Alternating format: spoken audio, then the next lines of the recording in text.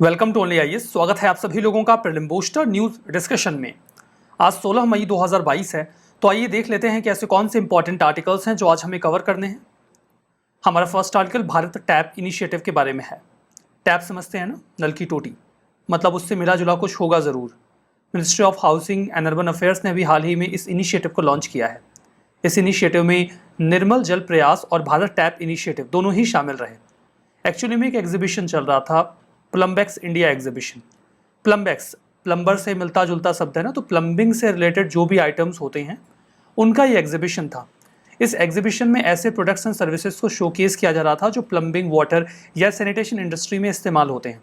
कुल मिला के आपके बाथरूम या फिर सैनिटेशन से रिलेटेड जो भी आइटम्स हैं उनका एग्जीबिशन था ये जो कॉन्सेप्ट है बेसिकली, इसका बेसिक ऑब्जेक्टिव ये है कि हम लो फ्लो टैप्स तैयार करें या ऐसे फिक्चर्स तैयार करें जिनसे पानी बहुत कम निकलता हो। आप हाथ धोने के लिए टैप ओपन करते हैं, कम पानी निकलेगा तब भी आप हाथ धो सकते हैं, क्योंकि हाथ धीमे धीमे आप धोते हैं, उतने पानी की नीड होती नहीं जितना टैप निकालता है। तो अगर हम ऐसा टैप तैयार करें जो कम पानी निकाले तो पानी की थोड़ी बहुत बचत तो होगी। इसके अतिरिक्त हमें low flow sanitary ware scale के बेसिस पे तैयार करना होगा, कुछ ऐसा जो पानी का कंजम्पशन कम करता हो। ठीक है, यहाँ पर देखिए बेनिफिट्स ये होंगे कि इसके माध्यम से हम 40% वाटर सिक्योर कर पाएंगे, पानी को बचा पाएंगे, एनर्जी को भी बचा पाएंगे, क्योंकि हम लेस वाटर इस्तेमाल करेंगे तो उसको निकालने के लिए जो एनर्जी रिक्वायर्ड होती है, पंपिंग, ट्रांसपोर्टेशन या प्योरिफिकेशन, वो भी कम इस्तेमाल होगा। सिग्निफिकेंस ये है कि अगर धीमे धीमे हम इसे आसानी से और जल्दी से एक्सेप्ट कर लेते हैं तो कंजर्वेशन एफर्ट्स में एक तेजी आएगी। बात करते हैं इन इनिशिएटिव्स के बारे में, जैसे निर्मल जल प्रयास इनिशिएटिव। ये इनिशिएटिव है नाडेको माही का, नरेटको माही का बेसिकली। इनका क्या काम होता है, ये ग्राउंड वाटर को मैप करते हैं, क्योंकि जमीन के भीतर जो पानी है वो हमारे लिए बहुत ही इंपॉर्टेंट है, बिकॉज ये सोर्स ऑफ ड्रिंकिंग वाटर है। टारगेट ये है कि पर ईयर हमें 500 करोड़ लीटर पानी जो है वो बचाना है। नाडेको की बात करते हैं। नाडेको का फुल फॉर्म है national real estate development council. इसे स्टैब्लिश किया गया था 1998 में एक ऑटोनॉमस सेल्फ रेगुलेटरी बॉडी के तौर पे। ये ऑटोनॉमस है, अपने रेगुलेशंस खुद ही लगाती है, ministry of housing and urban affairs के तहत काम करती है। पर्पस क्या है, ये एपेक्स बॉडी है जो सभी स्टेक होल्डर्स को सभी स्फीयर में नेशनल लेवल पे कोऑर्डिनेट करवाती है कि रियल एस्टेट का डेवलपमेंट अच्छी तरीके से किया जाए। अब देखिए, जो नाडेको है उसी का इनिशिएटिव है नाडेको माही। जो नाडेको माही है बेसिकली, इन्होंने मतलब नाडेको ने ही अपनी एक वुमेन विंग तैयार करी थी 2021 में, जिसमें ये रियल एस्टेट सेक्टर में वुमेन एंटरप्रेन्योरशिप को बढ़ाने की कोशिश कर रहे हैं। 2012 का एक प्रश्न मेरे सामने है, मिशन के बारे में है, एक नेशनल वाटर मिशन के बारे में है। कहा यह जा रहा है कि अगर नेशनल वाटर मिशन को पूरी तरीके से इंप्लीमेंट कर दिया जाए तो इसका क्या इम्पैक्ट पड़ेगा। अब यहाँ पर देखिए, इम्पैक्ट, सिग्निफिकेंस, हम कई दफ़ा बात कर रहे हैं कि ये मेंस के पर्सपेक्टिव से आपको टॉपिक्स लगेंगे, लेकिन प्रीलिम्स में इनसे क्वेश्चंस पूछे जाते हैं। सो ब्रॉडर अंडरस्टैंडिंग के लिए ज़रूरी है कि इम्पैक्ट्स एंड ऑल भी पूछे जाते हैं। तो पहला तो ये है कि इससे वाटर नीड्स अर्बन एरियाज़ में पूरी हो जाएंगी, जहाँ पर हम वेस्ट वाटर को रिसाइकिल कर पाएंगे अंडर नेशनल वाटर मिशन। दूसरा ये है कि इससे कोस्टल सिटीज़ की वाटर रिक्वायरमेंट को हम पूरा कर पाएंगे, जहाँ पे पानी के इनएडिक्वेट अल्टरनेटिव्स हैं, और इसके लिए हम अप्रोप्रिएट टेक्नोलॉजीज़ को अडॉप्ट करेंगे। ये दोनों बातें तो सही लग रही हैं, कोई दिक्कत नहीं है इसमें।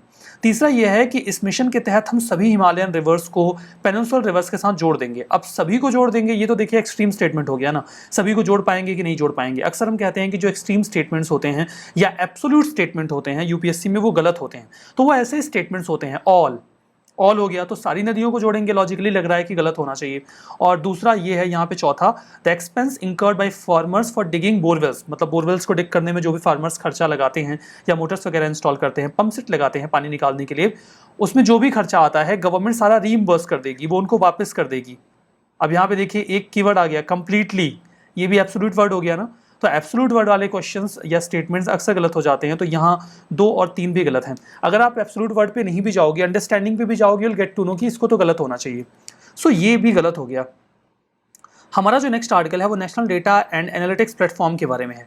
देखिए, अलग अलग मिनिस्ट्रीज़ के पास बहुत सारा डेटा होता है, उस डेटा की नीड कई सारे लोगों को होती है। इट इज़ वेरी पॉसिबल कि एक मिनिस्ट्री का डेटा किसी दूसरी मिनिस्ट्री को चाहिए हो, किसी यूनिवर्सिटी को चाहिए हो, किसी इन्वेस्टिगेटिंग एजेंसी को चाहिए हो, किसी रिसर्च पर्पज से चाहिए हो। अब इस डेटा को कैसे एक्सेस करें। सपोज करिए कि वो डेटा हमें मिल भी जाता है तो बहुत ही स्कैटर्ड मैनर में है, हम ढूंढें कैसे कि कौन सी चीज़ हमें कहाँ मिलेगी। कुछ ऐसा जहाँ पे सिंक्रोनाइज्ड और कैटेगराइज्ड डेटा हमें मिल जाए, जिसका इस्तेमाल अलग अलग एंटिटीज कर पाएं, इससे अच्छा क्या हो सकता है। And that is the reason कि अभी हाल ही में नीति आयोग ने लॉन्च किया है national data and analytics platform, NDAP, जो कि पब्लिक यूज के लिए ओपन होगा। ध्यान दीजिएगा, ये इनिशिएटिव है नीति आयोग का। इसके माध्यम से जो गवर्नमेंट डेटा है, आई रिपीट, जो गवर्नमेंट डेटा है उसे पब्लिक के लिए एक्सेसिबल बनाया जा रहा है, मतलब डेटा को डेमोक्रेटाइज किया जा रहा है। ये जो डेटा होगा ये एक्सेसिबल होगा, इंटरऑपरेबल होगा, इंटरैक्टिव होगा और अवेलेबल होगा एक यूजर फ्रेंडली प्लेटफॉर्म पे। ये जो डेटा सेट है यहाँ पे वेरियस गवर्नमेंट एजेंसीज का जो डेटा है वो अवेलेबल रहेगा, नॉट जस्ट मिनिस्ट्रीज। ठीक है, अब देखिए ये जो डेटा होगा ये बिल्कुल क्लीन और मशीन रीडेबल फॉर्मेट में होगा, जिसे आसानी से ना केवल एक्सेस किया जा सकेगा बल्कि इस्तेमाल भी किया जा सकेगा। यूज केस बेस्ड अप्रोच अपनाया गया है, मतलब डेटा सेट को ऐसे कैटेगराइज करो कि जिसको जो डेटा चाहिए वो वहां से सीधे निकाल ले, भटके ना, ढूंढना ना पड़े। ये डेटा रिक्वायर्ड हो सकता है गवर्नमेंट के लिए, एकेडमिशियंस के लिए, जर्नलिस्ट के लिए, सिविल सोसाइटी के लिए और प्राइवेट सेक्टर के लिए भी। तो उन्हें ये डेटा मिल जाएगा, गवर्नमेंट का डेटा, जिसका इस्तेमाल वो अलग अलग पर्पज से कर पाएंगे। आगे बढ़ने से पहले जानकारी है इनिशिएटिव के बारे में। आप जीएस फाउंडेशन कोर्स अवेल कर सकते हैं 2023 के लिए ओनली आईएएस का। ये कोर्सेस आपके लिए ऑफलाइन और ऑनलाइन दोनों ही मोड्स में अवेलेबल हैं। एज यू नो, अभी तक ओनली आईएएस ऑफलाइन बैचेस नहीं लॉन्च करता था, लेकिन इस बार आपकी ऑफलाइन बैचेस लॉन्च कर दी गई हैं। So if you are planning to go to Delhi और you are residing in Delhi और आपके पास एक चॉइस रहेगी कि आप ऑफलाइन बैचेस भी ओनली आईएएस की ले पाएंगे, तो बहुत ही कॉम्प्रिहेंसिव कोर्स है जिसके जरिए आप अपनी 2023 की प्रिपरेशन कंप्लीट कर सकते हैं, जहां पर आपको एक्सपीरियंस फैकल्टीज और सिविल सर्वेंट्स मिलेंगे आपकी प्रिपरेशन के लिए। आपको कोई जानकारी चाहिए तो आप इस नंबर पे कांटेक्ट कर सकते हैं, दैट इज 7007931912, या फिर आप मेल कर सकते हैं info@onlyas.com पे। तो चलिए आगे बढ़ते हैं। हमारा नेक्स्ट आर्टिकल तमिलनाडु में आयरन के एक्सकेवेशन को लेकर है। जो रिसेंट एक्सकेवेशंस हैं उनमें ये पता चला है कि जो भी हमें लोहे के एविडेंसेस मिले हैं, कार्बन डेटिंग से पता चल रहा है कि ये लोहा तमिलनाडु में आज से 4200 साल पहले इस्तेमाल किया जाता था। इन जनरल जो इनिशियल एक्सकेवेशंस थे उनसे हमें यह पता चला कि लोहे का इस्तेमाल इंसान ने 3000 साल पहले शुरू किया, यानी कि 1000 बीसी में। लेकिन ये डेट्स धीमे धीमे पीछे जाती रही और हमें अब पता चल रहा है कि ये जो लोहा है इंसानों ने बहुत पहले इस्तेमाल करना शुरू कर दिया था। देखिए, जो एक्सकेवेशंस हैं ये तमिलनाडु के किशनगिरी रीजन में एक्सकेवेट किए गए हैं। जो एग्जैक्ट रीजन है दैट इज माइलादुम्परई।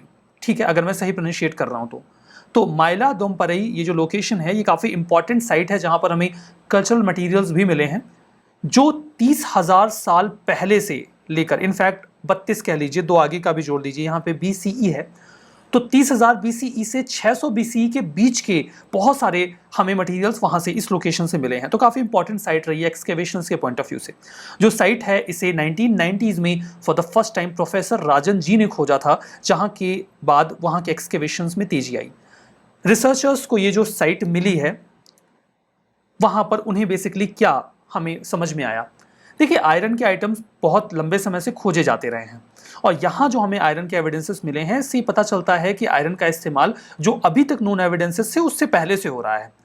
इनिशियली जैसे जब आयरन के इस्तेमाल की बात की जाने लगी तो तमिलनाडु में, मतलब भारत में, ये था कि भारत में जो लोहे का इस्तेमाल है वो 4000 साल पहले से हो रहा है, यानी कि 1900 से 2000 BCE में। और तमिलनाडु में जो एविडेंसेस हमें मिले थे वो मैक्सिमम 1500 BCE के मिले थे, यानी कि 3500 साल पहले से। ठीक है, इंडस वैली सिविलाइजेशन जो कि नॉर्थ के एरिया में था, नॉर्थ वेस्टर्न पार्ट में था, वहां पर हमें लोहे के एविडेंसेस नहीं मिले थे, वहां पे बेसिकली कॉपर का इस्तेमाल मिला था। लेकिन बाकी भारत के हिस्सों में लोहे का इस्तेमाल हमें मिला।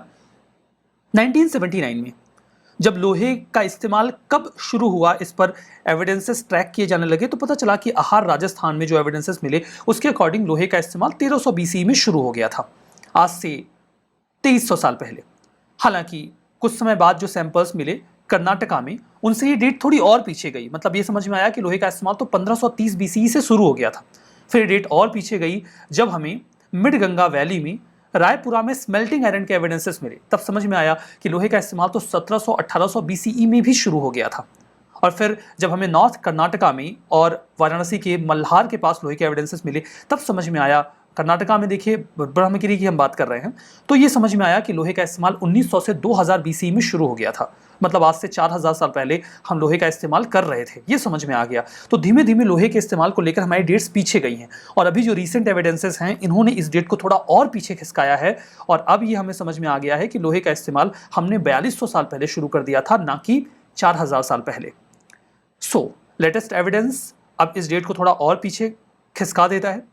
इसके ज़रिए हमें ये जो चेंजेस आए हैं तमिलनाडु के रीजन में 2000 BCE से या 2200 BCE से 600 BCE के बीच में उसमें लोहे का क्या कंट्रीब्यूशन रहा, उसको भी स्टडी करने में हेल्प मिलेगी। उम्मीद करते हैं कि लोहे की स्टडी को लेकर या इसके इस्तेमाल को लेकर आपकी इनसाइट थोड़ी सी बेहतर हुई। हमारा नेक्स्ट आर्टिकल मैकॉलिन कन्वेंशन के बारे में है। इसकी 12th मीटिंग जो है इंटरपोल की मैच फिक्सिंग टास्क फोर्स की, वो भी हाल ही में हुई। CBI ने भी इसमें हिस्सा लिया। आपको पता है कई सारे मैचेस होते हैं, वहाँ पे कुछ पार्टिसिपेंट्स मैच को फिक्स कर लेते हैं हराने के लिए, कई दफ़ा वो उसके लिए पैसे ले लेते हैं। ये गलत होता है बिकॉज इससे आप लेवल प्लेइंग फील्ड खराब कर रहे हो। इस मीटिंग का बेसिक पर्पज़ ये होता है कि कंपटीशन में मैनिपुलेशन ना हो। इसके लिए कई तरीके इस्तेमाल किए जाते हैं। उन तरीकों को लेकर एक प्रॉपर कन्वेंशन तैयार किया गया था मैकॉलिन में। मैकॉलिन इज अ लोकेशन जो आपको मिलेगी स्विट्जरलैंड में।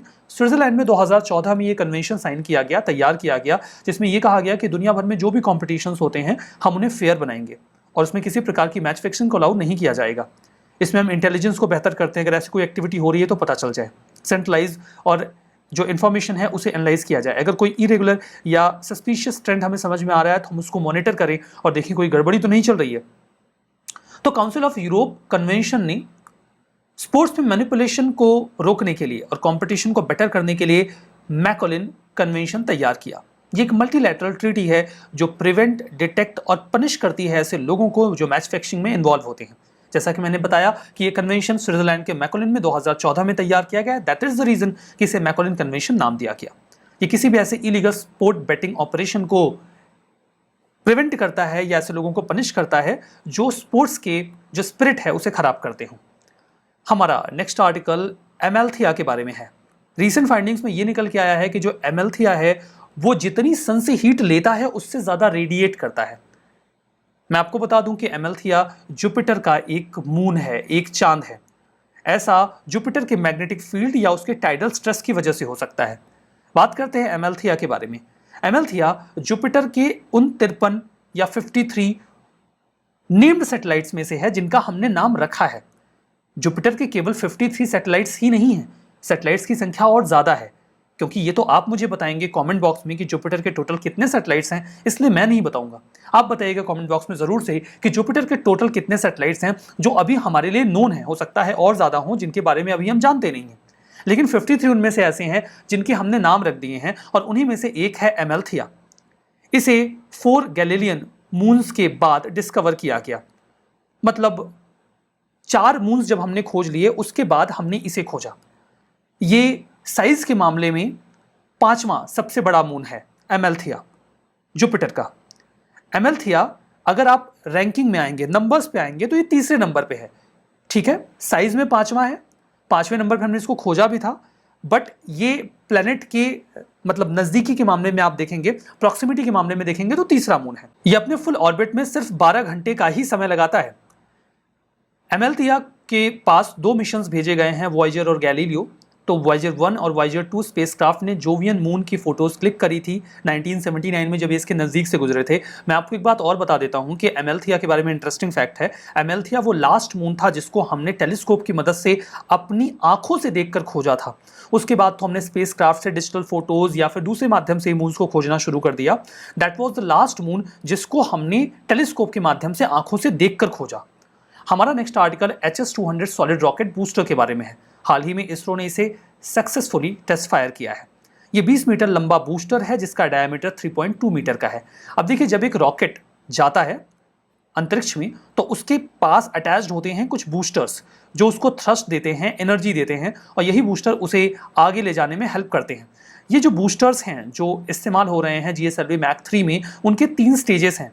जो पहला स्टेज है वो रॉकेट सॉलिड फ्यूल का है, दूसरा लिक्विड फ्यूल का है और तीसरा क्रायोजेनिक फ्यूल है। तो ये जो पहला बूस्टर है जो कि सॉलिड फ्यूल का है वो है HS-200 सॉलिड रॉकेट बूस्टर, जो सॉलिड फ्यूल का इस्तेमाल करके प्रोपेल करेगा इस पूरे रॉकेट को, जिसके माध्यम से हम अंतरिक्ष में इंसानों को ले जाने वाले हैं। इस पूरे रॉकेट बूस्टर को डेवलप किया गया है विक्रम साराभाई स्पेस सेंटर के द्वारा, जो कि तिरुवनंतपुरम में है। 2 सालों का समय लगा इसे डेवलप करने में। GSLV Mach 3 रॉकेट में इसका इस्तेमाल किया जाएगा। मैं आपको बता दूं कि GSLV Mach 3 वही रॉकेट है जिसका इस्तेमाल हम गगनयान मिशन में कर रहे हैं, जिसमें 2024 तक हम 3 लोगों को अंतरिक्ष में भेजने वाले हैं। तो जो 2 HS-200 बूस्टर्स हैं वो लगाए जाएंगे सॉलिड लेवल पे, सॉलिड फ्यूल के लेवल पे, जो थ्रस्ट देंगे टेक ऑफ के लिए, लिफ्ट ऑफ के लिए जो गगनयान है वो क्रूड मिशन होगा, इसीलिए जीएसएलवी मैक 3 में बहुत सारे प्रिकॉशंस लिए जा रहे हैं। हम पूरी तरीके से इंश्योर कर रहे हैं कि हमारा मिशन रिलायबल हो और सेफ्टी फीचर्स को इंश्योर करें, क्योंकि इंसानों का खतरा हम नहीं ले सकते। सिग्निफिकेंस ये होगा कि मेजर माइलस्टोन होगा जिसके माध्यम से हम गगनयान को भेजेंगे। गगनयान मिशन के बारे में बात करें तो ये एक इंडियन क्रूड ऑर्बिटर स्पेसक्राफ्ट है जो 3 एस्ट्रोनॉट्स को 7 दिनों के लिए स्पेस में लेकर जाएगा। 2022 में जाने वाला था लेकिन डिलेड है कोविड-19 की वजह से। इसरो इसे जीएसएलवी मैक 3 से भेज रहा है, जिसमें 3 स्टेज के हैवी लिफ्ट व्हीकल, ये 3 स्टेज हैवी लिफ्ट व्हीकल है। 3 स्टेज वही है, पहला सॉलिड फ्यूल स्टेज, दूसरा लिक्विड फ्यूल स्टेज और तीसरा क्रायोजेनिक फ्यूल स्टेज। ठीक है, तो ये जो बात हो रही है HS-200 की, वो सॉलिड फ्यूल स्टेज का है। इसमें देखिए, जब जो रॉकेट है वो पूरे क्रू मॉड्यूल को लेके चला जाएगा, जिसे आप ऑर्बिटल मॉड्यूल बोल सकते हो, क्योंकि ये उन्हें लो अर्थ ऑर्बिट में लेके जाएगा और ये 7 दिनों तक अर्थ के चारों ओर चक्कर लगाएंगे और फिर वापस आ जाएंगे। तो जो ऑर्बिटल मॉड्यूल है उसमें 2 मॉड्यूल हैं, एक तो है सर्विस मॉड्यूल और एक है क्रू मॉड्यूल। तो जो सर्विस मॉड्यूल है उसमें तो एस्ट्रोनॉट्स, जो क्रू मॉड्यूल है उसमें तो एस्ट्रोनॉट्स बैठेंगे, और जो सर्विस मॉड्यूल है उसमें होंगे 2 प्रोपेलेंट्स। वही प्रोपेलेंट्स थ्रस्ट देंगे ताकि वो लो अर्थ ऑर्बिट से अर्थ में एंटर कर सकें, अर्थ के एटमॉस्फेयर में एंटर करके अर्थ पे वापस आ सकें। तो ये जो प्रोपेलेंट्स हैं वो सर्विस मॉड्यूल में अवेलेबल रहेंगे। तो ये लो अर्थ ऑर्बिट में जाएगा 300 से 400 किलोमीटर की हाइट पे और 5 से 7 दिनों तक वहां पे रहेगा। इसके पहले कि हम इंसानों को भेजें, हम एक टेस्ट करेंगे। अनमैन्ड गगनयान स्पेसक्राफ्ट जाएगा जिसमें कोई इंसान नहीं होगा। हम उसमें एक ह्यूमनॉइड व्योममित्र बिठाएंगे, नाम रखा है व्योममित्र। वो एक रोबोट है।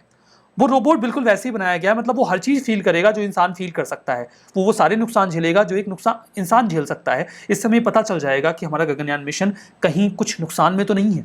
So that was all about this rocket booster and Gaganyaan mission. Revision कर लेते हैं। भारत टैप इनिशिएटिव नीति आयोग का इनिशिएटिव है। मैकोलिन, ये गलत हो गया ना, क्योंकि ये initiative ministry of housing and urban affairs का है। मैंने आपको बताया था शुरू में ही, तो गलत हो गया। मैकोलिन कन्वेंशन बायोलॉजिकल डाइवर्सिटी के लिए है, गलत है। मैक्स फिक्सिंग के लिए है। एमेल्थिया जुपिटर के 53 नेम सैटेलाइट्स में से एक है, दैट्स ट्रू। हमारा चौथा स्टेटमेंट है गगनयान मिशन ये हाई अर्थ ऑर्बिट में भेजा जाएगा, गलत है, ये लो अर्थ ऑर्बिट में जाएगा। तो हमारा ये सेशन यहाँ पे समाप्त होता है। पीडीएफ मिलेगी ओनली आईएएस के टेलीग्राम चैनल पे। वहाँ पे जाने के लिए आप इस QR कोड को स्कैन भी कर सकते हैं। वहाँ पे जाइए, चैनल को ज्वाइन कर लीजिएगा और पीडीएफ को डाउनलोड करके रिवीजन करना मत भूलिएगा। So that's all for now, thank you very much.